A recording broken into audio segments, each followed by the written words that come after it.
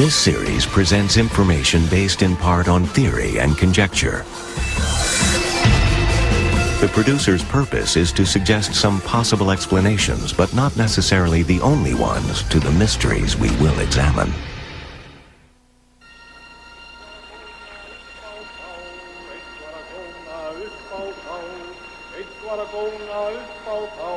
In the year 986, a Viking ship penetrated Arctic ice, guarding the coast of an unknown land.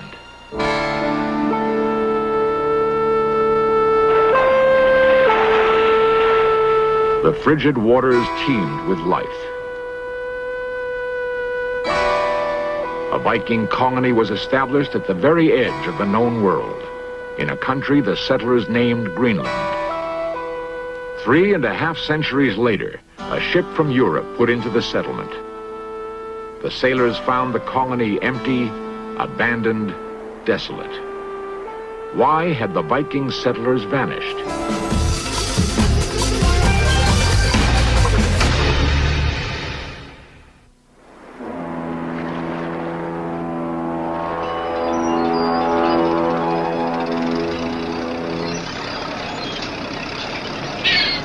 A bronze warrior marks the saga's beginning. 1,000 years ago, Eric the Red led a fleet of Viking ships from this Icelandic harbor west into the unknown sea. It is a story that ends in mystery. History's tides have swept past man's fainter tracks, leaving only scattered patterns that seem to lead nowhere. Time has almost obliterated the adventures of one particular man.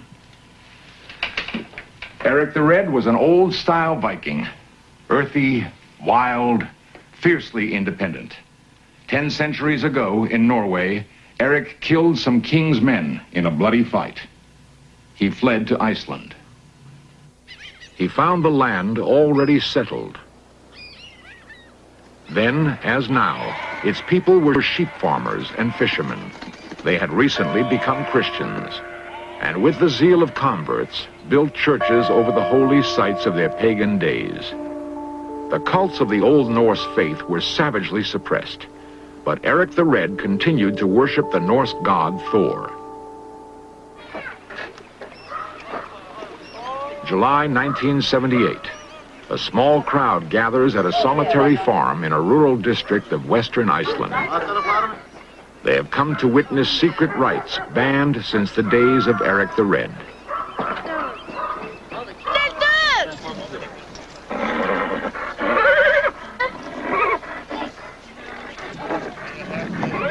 Svenbjorn Beintainson has revived the old pagan faith. His followers call him All-Share-Yargodi, High Priest. We have old gods in our religion.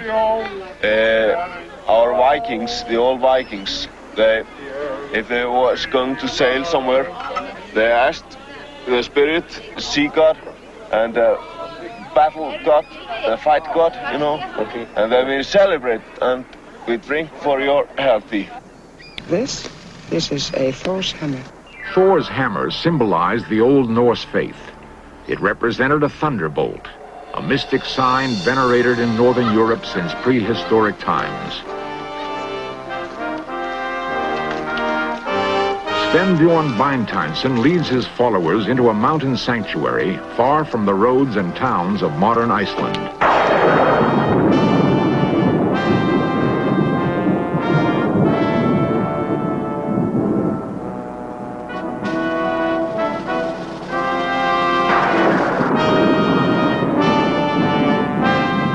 The Vikings worshipped the primal forces of nature.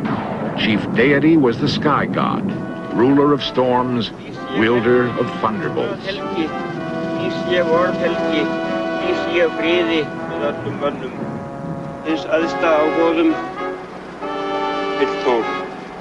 After 10 centuries of suppression, a horn of mead is once again offered to mighty Thor.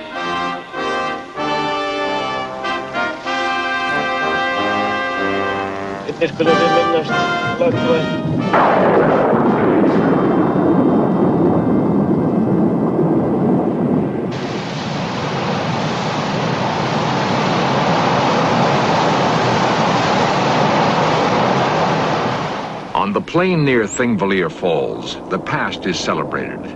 Modern Icelandic farmers assemble as their ancestors did in the summer of 982. Horses are judged today. 1,000 summers ago, they judged men. Norse freemen gathered here to politic, to settle disputes. Times were changing. Life was becoming more orderly, civilized. That spring, Eric's axe had swung in another bloody brawl. Eric the Red was outlawed. Eric fled. He sailed west into the unknown. From northern mists loomed a massive island, icebound, uninhabitable but for a narrow strip of land on its southwest coast. Here, Eric's people settled, optimistically calling their new home Greenland. They homesteaded, building houses and barns, enclosing pastures and fields. But even in Greenland, Eric the Red did not find complete refuge. Eric's wife raised Greenland's first church. She barred Eric from their home until he agreed to give up pagan ways. But evidence suggests the old Vikings' conversion was not complete. Greenland's fjords could not sustain the colony. Crops would not grow. The land's wealth was to be reaped only in its wilderness. Small groups of Norse hunters fanned out through a vast expanse. Arctic seas soon wrecked their long ships, but they pressed on in small open boats on voyages that must have lasted years.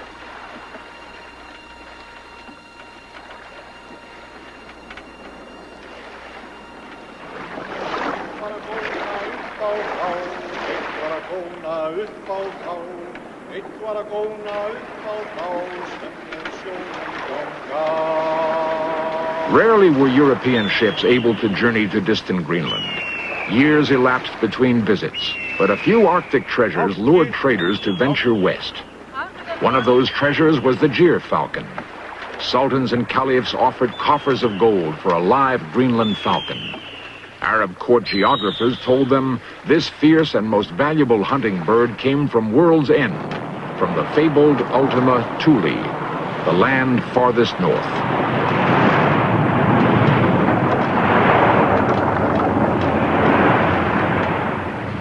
Norse hunters pushed beyond the edge of the known world.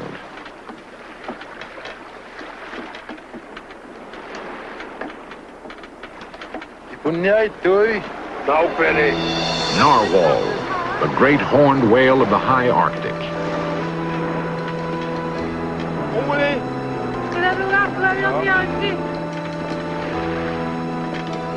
In distant Europe, medieval alchemists sold the whale tusk as unicorn's horn, ground into magical potions.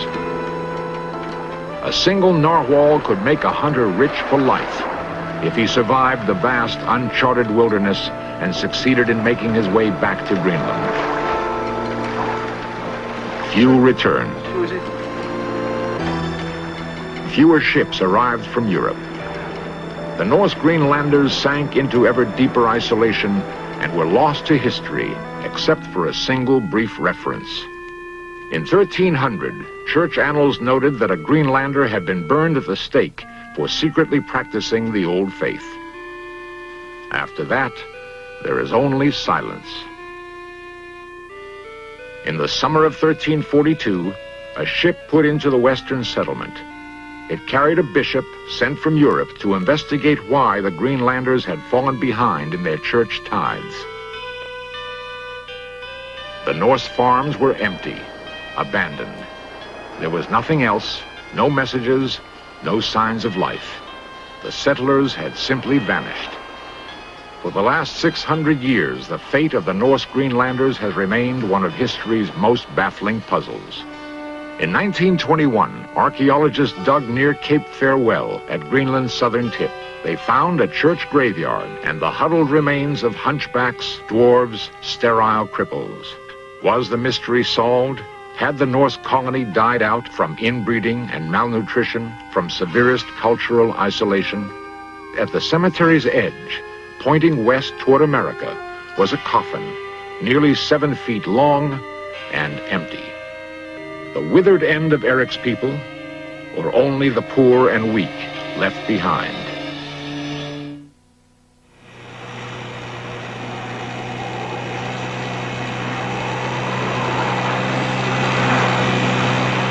The search for the lost Vikings of Greenland leads us to the northern coasts of Canada. Here, even in summer, Arctic seas rage. Travelers peer anxiously into the distance, looking for the signs of safe harbor that mean Payne Bay. Payne Bay, swept by fierce tides, frigid, remote, yet teeming with life.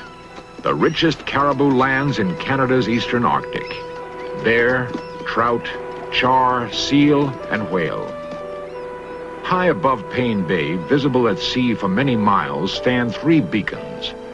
It is believed they predate Columbus' first voyage to North America by centuries. A 500-pound rock crowns 15 feet of carefully laid stone courses. Yet the primitive Eskimo who roamed here when these sea beacons were built were 4 feet tall and lived in holes roofed with whale ribs and animal skins. Professor Thomas E. Lee of Quebec's Université Laval has spent 12 years seeking the builders of Payne Bay's curious ruins. Lee has developed a theory not accepted by some experts. The modern Canadian Eskimo community of Payne Bay has proved a rich source of information and has led Lee to develop his unique theory. Hello, Thomas Lee. Modern technology has overwhelmed the ancient lifestyle of the Inuit community. Where once the young learned the ways of the Eskimo from their fathers, now state-run schools provide education, and gradually the old ways are becoming dim memories.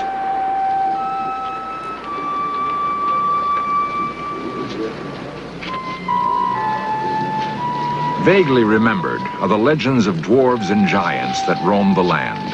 The tunic.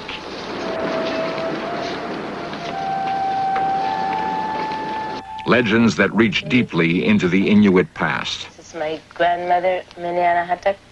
I'm her grandchild, Lali Anahatak. Mrs. Minnie Anahatak was born 79 years ago in the igloo of an Inuit winter hunting camp.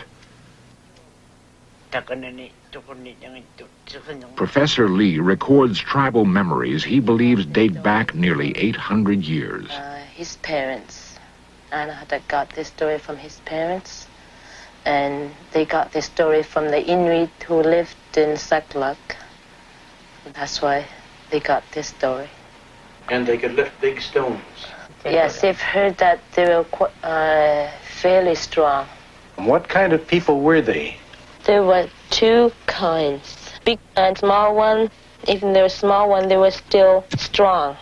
So there was almost the giant tunics and also the small tunics. Know why they were scared of Halunaks, because it was the first time they met Halunaks with white skin and bushy beard.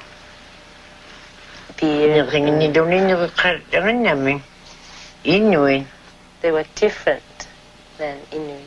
They had beards. Or maybe they had bushy eyebrows, etc.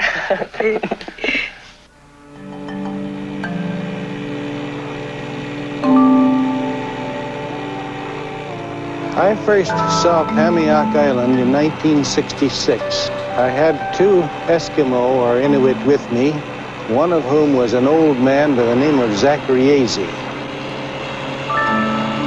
Professor Lee has made a series of spectacular discoveries in this seldom visited region of Arctic Canada.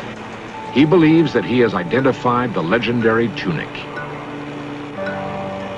Near the Payne River's mouth lies Pamiak Island. When I first saw it was in a wild and beautiful setting, in sort of an amphitheater.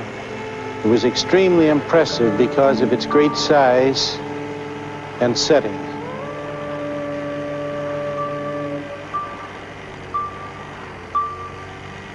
Well, Zachariasi took me across the island and and then left me and pointed in the direction in which I should go. And he said it was built. Well, he would express it by saying, before, before, before, before. The central buildings in ancient communities were the longhouses, communal sleeping quarters. The Pamiok Island longhouses provide Dr. Lee with a basis for his theory. This enormous longhouse was 83 feet long and 20 feet wide inside dimensions. It was rather ship-shaped with the walls out-curving a little bit. And this is the north room, the sleeping quarters. The stones in the walls were very heavy. This particular stone weighs over 1,000 pounds. And here we enter the great hall with 11 fireplaces down the center. And since there were 11 food storage pits on the outside of the building, I think it is very obvious that there were 11 families. And if we suppose that there were 5 people in each family, then we have approximately 50 or 55 people living in this longhouse. And that, of course, means social organization far beyond the scope of the Eskimo. People who lived in this house were, in my opinion, Norsemen. I think that they were hunters from Greenland, came here just the men alone, and probably they married native women and had half-breed children. This was a very rich hunting place. It still is. Professor Lee believes that a handful of Viking hunters cut themselves adrift from the dying Greenland colony and settled here in North America, eventually fathering a tribe of mixed bloods. Lee's theories have been hotly attacked. His opponents claim the longhouse was built by Eskimo. Yet the nearest forests that could have supplied beams for its caribou skin roof lie 150 miles to the south. They could only have been brought by ships, which the Eskimo never had. The Eskimo were well adapted to this environment. Never would they have built such a drafty, cold structure. Lee believes it served as a primitive palace. That longhouse was a part of a complex which extends up the coast all the way to Diana Bay, about 70 miles farther north. You find these longhouses at intervals along that distance. And I have thought about this as being a sort of a kingdom. An Arctic kingdom whose leaders were Norse and whose followers were Stone Age Eskimo. The remains of their crude tent rings still crowd around the longhouse. The Eskimo had much to learn from Iron Age Europeans. Excavating carefully, Professor Lee found the weathered blade of a Norse battle axe. If we put out from this small bay and sail on a course that is due east, with a favorable wind, in 1 week's time we will come directly into Eriksfjord on the southwest coast of Greenland. Did a remnant of Eric's people at long last find refuge here in this Arctic fastness? Set on a ridge not 50 yards from the great longhouse, these stone tombs crown Professor Lee's sensational findings. In them, he discovered what he believes are the remains of a primitive Eskimo, a mixed blood, and that of a medieval white male, the first and only pre-Columbian European skull ever found in the Western Hemisphere. Lee's discoveries have stirred fierce controversy. Textbooks are not easily rewritten. Old theories tell us that past cultures lived and died in strict isolation, but new ideas suggest that mankind's evolutionary steps may have been closely linked. In death, the Norse Greenlanders gave birth to a new kind of Eskimo, bigger, stronger, more skillful, whose descendants still hold the land farthest north.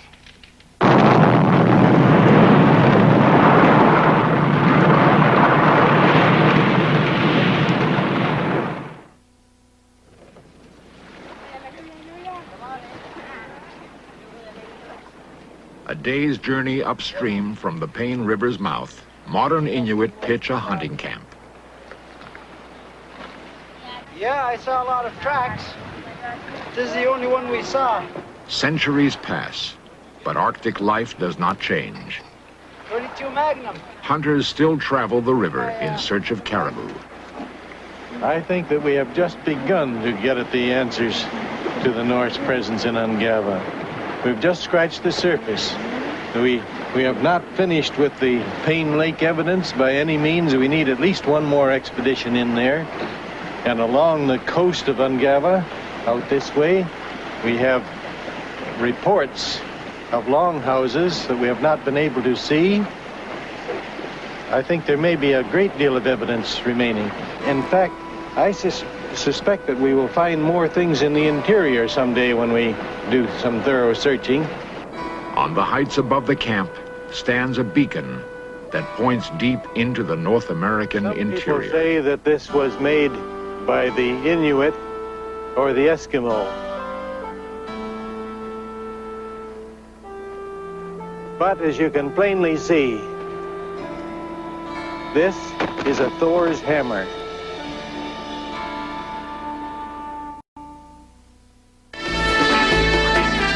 Coming up next, did the Chinese discover America 1,000 years before Columbus? In Search Of continues with a journey into the unknown to meet some daring ancient explorers.